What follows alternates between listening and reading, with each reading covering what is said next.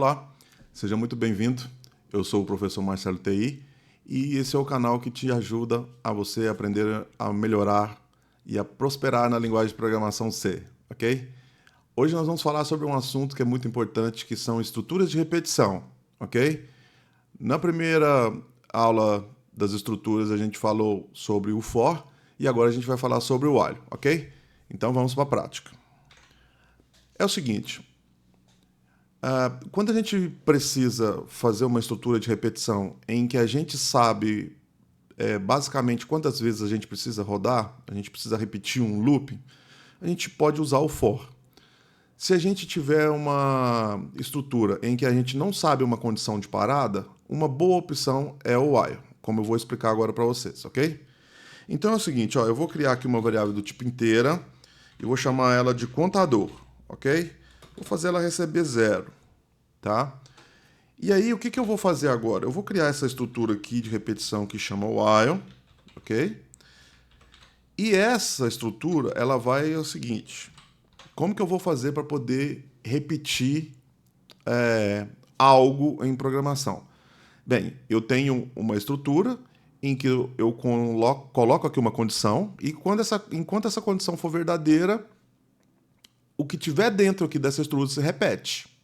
Então é assim, o while. Então eu vou fazer assim, enquanto o contador ele for menor do que 5, eu vou repetir algo aqui dentro. Então eu vou fazer o seguinte, eu vou fazer um printf, ok? Uma mensagem simples. Nesse printf aqui eu vou fazer o seguinte, imprimindo o número, e aí eu vou chamar o número que eu estiver naquele momento, porcentagem D aqui, ok? Vírgula, o meu contador, contador, ok? Então aqui o que eu faço? Olhando se o microfone está ligado. Aqui o que eu faço? Imprimindo o número, esse porcentagem D aqui fala que é um número do tipo inteiro, e esse meu contador é o que eu vou imprimir no looping aqui. Agora preste atenção no que vai acontecer. Eu vou compilar, executar e compilar ao mesmo tempo. E olha só o que aconteceu. Ele está imprimindo indiscriminadamente o texto. Mas isso por quê? Porque a minha condição de while aqui, a minha condição de while, ou seja, aqui a minha condição verdade, ela sempre vai ser verdade. Eu comecei com 0, ele sempre vai ser 0. Porque, por exemplo, eu cheguei aqui como 0. 0 é menor do que 5? Sim. Então entra aqui e imprime. Eu volto numa estrutura while. Eu volto aqui e chego em contador. O contador é quanto? Ainda continua sendo 0. Então sempre vai se repetir. Então ele entra nesse laço infinito aqui, nesse loop infinito, ok? Então isso aqui a gente tem que parar. Então é o seguinte, como que eu faço para sair desse loop infinito?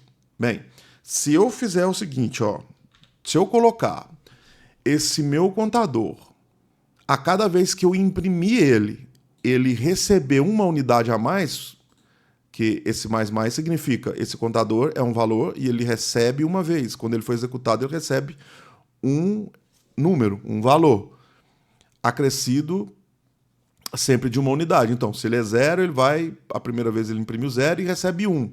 Na próxima ele já é 1, recebe mais 1, ele vai para 2. Depois ele é 2, mais 1 vai para 3, e assim até ele chegar. Aí eu consigo parar. Eu vou ter um momento aqui, Olha, tá vendo como ele imprimiu? Deixa eu fazer um pouquinho diferente. Deixa eu colocar aqui, um /n para ele dar uma quebrada, para poder ficar melhor, para poder a gente ver o laço aqui, como que ele vai funcionar, Então aqui o que tem? Eu tenho imprimindo o número 0, porque ele começou com 0, tá? Então ele começou com 0. Então ele imprime o 0, mas é aqui a hora que ele passar, ele pega esse contador, imprime o 0, mas ele acrescenta uma unidade. E quando eu voltar aqui em cima, eu já não sou 0 mais, eu sou 1. 1 é menor do que 5? Sim. Aí eu imprimo o 1 e adiciono uma unidade. Volto aqui em cima de novo no contador. Agora eu sou 2. 2 é menor que 5? Sim. Então eu imprimo o 2 aqui, né? Acrescento um valor a ele e volto em cima no meu while.